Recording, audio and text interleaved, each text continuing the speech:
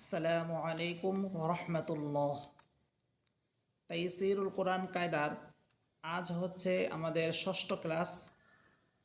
আমরা আজকের ক্লাসে তাইসিরুল কোরআন কায়দার 6 নম্বর পৃষ্ঠা এটা পড়ব এবং 5 নম্বর মাখরাজ নিয়ে আলোচনা করব। তো আজকে কায়দার প্রথমে আমি আমাদের কায়দার শুরুতে অর্থাৎ 6 নম্বর পৃষ্ঠার একেবারে শুরুতে একটা সংজ্ঞা দেওয়া আছে, সেটা হচ্ছে হরকত। হরকত কাকে বলা হয় এবং হরকতযুক্ত হরফ পড়ার নিয়ম কি, এই বিষয়ে ছোট্ট করে একটি সংজ্ঞা দেওয়া আছে। আমরা প্রথমে এই সংজ্ঞাটা দেখি। এখানে দেওয়া আছে এক জবর, এক জের এবং এক পেশকে হরকত বলা হয়। এখানে তিনটা হরকতই একসাথে দেওয়া আছে, এক জবর, এক জের, এক পেশকে হরকত বলা হয়। এই বিষয়টা সবারই মনে রাখতে হবে যে হরকত কাকে বলা হয়। এরপর লেখা আছে হরকতের উচ্চারণ তাড়াতাড়ি করিতে হয়। অর্থাৎ হরকতের উচ্চারণ এখানে তাড়াতাড়ি বলতে বোঝানো হয়েছে যে টেনে টেনে বা লম্বা করে দীর্ঘ করে পড়া যাবে না, বরং স্বাভাবিক গতিতে তাড়াতাড়ি করেই পড়তে হবে। যেমন আমরা অনেকেই যারা আগে কোরআন শিখেছি তারা অনেকে এইভাবে পড়ে থাকি যে বা সবর বা, তা সবর তা, সা সবর সা, এইভাবে টেনে টেনে দীর্ঘ করে পড়ি, লম্বা করে টান দিয়ে পড়ি। এইভাবে পড়া যাবে না। এখানে তাড়াতাড়ি বলতে বোঝানো হয়েছে যে লম্বা করে বা দীর্ঘ করে পড়া ছাড়া পড়তে হবে। যেমন বা সবর বা, তা সবর তা, সা সবর সা। তো এখানে আমরা 6 নম্বর পৃষ্ঠায় প্রথমে জানলাম যে হরকতের পরিচয়।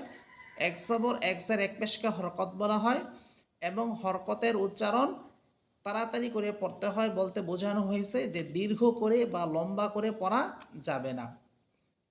এরপর এখানে দ্বিতীয় বিষয় হচ্ছে আমরা যে প্রথম হরফটি দেখতে পাচ্ছি, আমরা জানি যে 29টি হরফের প্রথম হরফ হচ্ছে আলিফ। আর আলিফ আলিফ হরফের উপরে যখন এক জবর, এক জের, এক পেশ অথবা সাকিন তাসদিদ কোনো কিছু এসে যায় তখন সেটা আর আলিফ থাকে না, বরং সেটা তখন হামসা হয়ে যায়। তো আমরা দেখতেছি যে প্রথম হরফটি আলিফ এবং আলিফের উপরে এখানে জবর দেওয়া আছে। এখন আমরা এটাকে আর আলিফ জবর আ বলবো না, বরং আমরা এখন এটাকে হামসা জবর আ বলবো, হামসা জবর আ।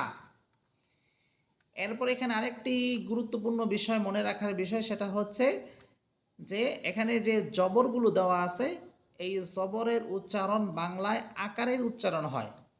এটা খুবই গুরুত্বপূর্ণ বিষয় যে জবরের উচ্চারণ বাংলায় আকারের উচ্চারণ হয়। যেমন হামজা সবর আ, বা সবর বা, তা সবর তা, সা সবর সা, জিম সবর যা, হা সবর হা। এখানে যে কয়টা হরফ আমি পড়লাম প্রত্যেকটি হরফের উপরে আমি জবর দিয়ে পড়েছি বিধায় এখানে আকারের উচ্চারণ হচ্ছে। কিন্তু আমরা যে হরফগুলো মোটা পড়েছিলাম 8টি হরফ মোটা, সে 8টি হরফ ছিল খ, র, সদ, বদ, ত, জ, গইন এবং অফ। এই 8 হরফের উপরে যখন আমরা জবর দিয়ে পড়ব তখন আমরা এই 8 হরফকে আকার দিয়ে পড়ব না, বরং আকার ছাড়া পড়ব। যেমন খ সবর খ, এখানে খ সবর খা বলা যাবে না, এটা ভুল উচ্চারণ। খ সবর খ। এরপরে চিকুন হরফ দাল সবর দা, জাল সবর জা। এই দুইটা হরফ ছিল চিকুন হরফ, এই জন্য আমরা জবর দিয়ে পড়েছি। এরপরে আসছে মোটা হরফ র সবর র, আকার ছাড়া। র সবর র, জা সবর জা, সিন জবর সা, শিন জবর সা। এখন আসছে মোটা হরফ সদ জবর স, দত জবর দ, ত সবর ত, জ সবর জ, আইন সবর আ, গইন সবর গ, ফা সবর ফা, কফ সবর ক, কাফ সবর কা, লাম সবর লা, মিম সবর মা, নুন সবর না, ওয়াও সবর ওয়া। এখানে আমরা দেখতেছি ওয়াও হরফ। আমরা ওয়াও হরফের মাখরাজ পড়েছিলাম যে ওয়াও হরফ দুই ঠোঁট থেকে উচ্চারিত হয়, অর্থাৎ দুই ঠোঁট গোল করার পর দুই ঠোঁটের মাঝে যে শূন্য জায়গা থাকবে সেখান থেকে উচ্চারিত হয় ওয়াও। আর যেহেতু ওয়াও হরফের উপরে এখানে জবর দেওয়া আছে, এই জন্য আমরা এখানে ওয়াওকে আকার দিয়ে পড়ব, অর্থাৎ ওয়াও সবর ওয়া। অনেকেই ওয়াও হরফটাকে ওয়াও সবর ও, অর্থাৎ বাংলায় স্বর অ এর উচ্চারণ করে। এখানে স্বর অ এর উচ্চারণ হবে না, বরং এখানে হবে ওয়াও সবর ওয়া ওয়া। এরপরে হরফ হচ্ছে হা, এটা হচ্ছে গোল হা। হা সবর হা, হামসা সবর আ, ইয়া সবর ইয়া।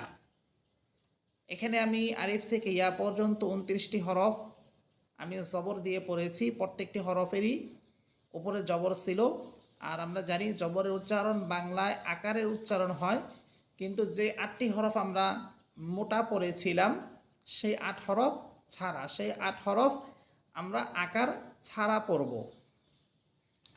এরপর আমাদের ছিল সমউচ্চারিত হরফের উচ্চারণের পার্থক্য। আমরা এই হরফগুলো দেখি।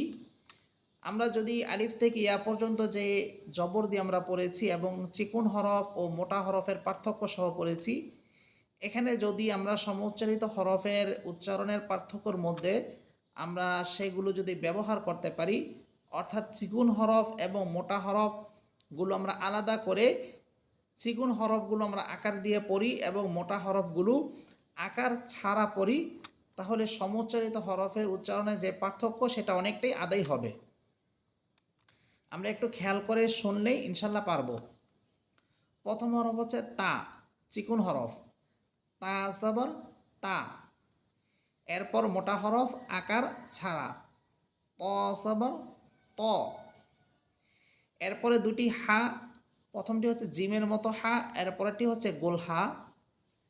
এই প্রথম জিমের মতো হা, এই হায়ের মাখরাজ ছিল কণ্ঠনালীর মধ্যখান, হা সবর হা। এরপরে হা, এটা ছিল কণ্ঠনালীর শুরু, অর্থাৎ মুখের খালি জায়গা। এই হা, হা সবর হা, স্বাভাবিকভাবে হা সবর হা।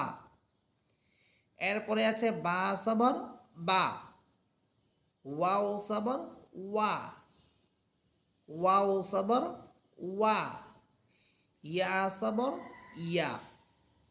এরপরে এই পাশে আছে সা সবর সা, সা সবর সা, সিন সবর সা, সিন সবর সা, সত সবর স, মোটা হরফ, শিন সবর শা। এখানে শিন হরফের বিষয়ে আমরা জানি যে শিন হরফ এর আওয়াজটা বিকট করে বা বড় করে পড়তে হয়। হুইসেলের বাঁশির আওয়াজ যেমন খুব বড় হয়, ঠিক তেমনিভাবে এই শিন হরফটি যখন আমরা পড়ব তখন আমাদের আওয়াজটা অনেক বড় হবে। শিন সবর শা, জিম সবর যা, জা সবর যা, জাল সবর যা, জ সবর জ। জাল এবং জ এই দুইটা হরফের মধ্যে, এই দুইটা হরফের মাখরাজ এক, অর্থাৎ জিহ্বার আগা সামনের উপরের দুই দাঁতের আগার সাথে লাগবে, কিন্তু এই দুইটা হরফের সিফাত ভিন্ন। অর্থাৎ জাল হরফ এর সিফাত হচ্ছে চিকুন হরফ, আর জ এটার সিফাত হচ্ছে মোটা হরফ। জাল জবর জা, জ সবর জ, মাখরাজ এক কিন্তু সিফাত ভিন্ন। হামজা সবর আ, আইন সবর আ। এখানে হামসার উচ্চারণ হামসা জবর আ হচ্ছে আইন হরফের উচ্চারণও আইন জবর আ হচ্ছে, কিন্তু হামসা এটা আ আমরা যখন বলবো তখন সেটা মুখের খালি জায়গা থেকে বলবো, হামজা জবর আ। আর আইন বলার সময় এটা কণ্ঠনালীর মধ্যখান থেকে বলবো, আইন জবর আ, হামজা জবর আ, ইয়া জবর ইয়া, দাল জবর দা, বত জবর ব। প্রথমটা চিকুন হরফ দাল জবর দা, পরেরটি মোটা হরফ বত জবর ব, কফ জবর ক, জিব্বার গোড়া তার বরাবর উপরে তারুর সাথে লাগবে, কফ জবর ক।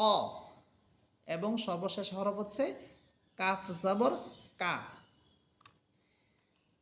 আশা করি সবাই বুঝতে পেরেছেন এই 6 নম্বর পৃষ্ঠার আমাদের পড়াগুলো। এরপর আমরা দেখব আমাদের মাখরাজগুলো। আজ ছিল আমাদের 5 নম্বর মাখরাজ। 5 নম্বর মাখরাজ ছিল জিব্বার গোড়া হতে একটু আগে বাড়িয়ে তার বরাবর উপরের তালুর সাথে লেগে মধ্যখান পেঁচানো কাফ। এখানে আমরা আগে যে হরফটি পড়েছিলাম 4 নম্বর মাখরাজের, সেটা ছিল জিব্বার গোড়া তার বরাবর উপরের তালু, অর্থাৎ জিব্বার গোড়া তার বরাবর উপরের তালুর সাথে লেগে 2 নোক্তাওয়ালা কফ, একেবারে জিব্বার গোড়া থেকে যতটুকু ভিতর থেকে বলা যায় কফ, অ কফ। এরপরে হরফ ছিল কাফ, এটা জিব্বার গোড়া থেকে একটু আগে বাড়িয়া, অর্থাৎ একেবারে জিব্বার গোড়া না, আরেকটু উপর থেকে বলতে হবে, কাফ জবর কা বা কাফ হরফ, জিব্বার গোড়া হতে একটু আগে বাড়িয়া তার বরাবর উপরের তালুর সাথে লেগে কাফ। আজকে আমাদের ক্লাস এই পর্যন্তই থাকলো। সবাই ভালো থাকবেন। আসসালামু আলাইকুম।